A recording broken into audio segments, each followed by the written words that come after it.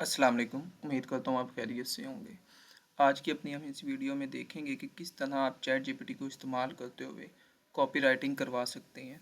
अगर आप social media marketing की सर्विसेज प्रोवाइड कर रहे हैं या आप कंटेंट क्रिएटर हैं या आप जॉब कर रहे हैं या टीचिंग से रिलेटेड कोई भी काम कर रहे हैं तो आपको कॉपी राइटिंग आनी चाहिए। ये बहुत ज़्यादा इम्पोर्टेंट है क्योंकि जितनी अच्छा आप कंटेंट क्रिएट करेंगे उतने ही आपके चांसेस ज़्यादा होंगे ग्रो करने के। तो आज की अपनी इस वीडियो में हम देखेंगे कि चैट जीपीटी को इस्तेमाल करते हुए हम किस तरह से कॉपी राइटिंग कर सकते हैं। इसी तरह सबसे पहले हमने टेम्पलेट में जाना है।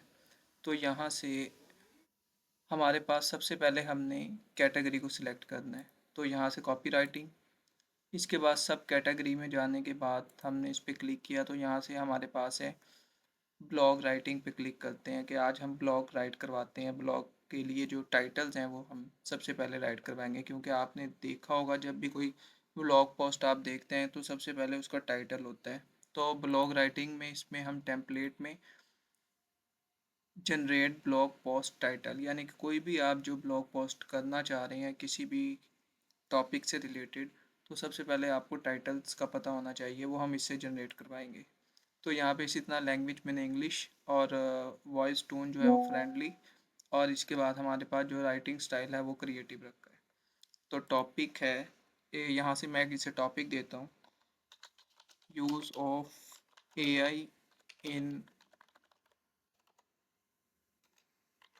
सोशल मीडिया मार्केटिंग, यानी कि एआई का इस्तेमाल जो है वो सोशल मीडिया मार्केटिंग में हो रहा है। तो उससे रिलेटेड मुझे ना टाइटल जनरेट करके दे दे। तो जैसे ही मैंने एग्जीक्यूट टेम्पलेट पे क्लिक किया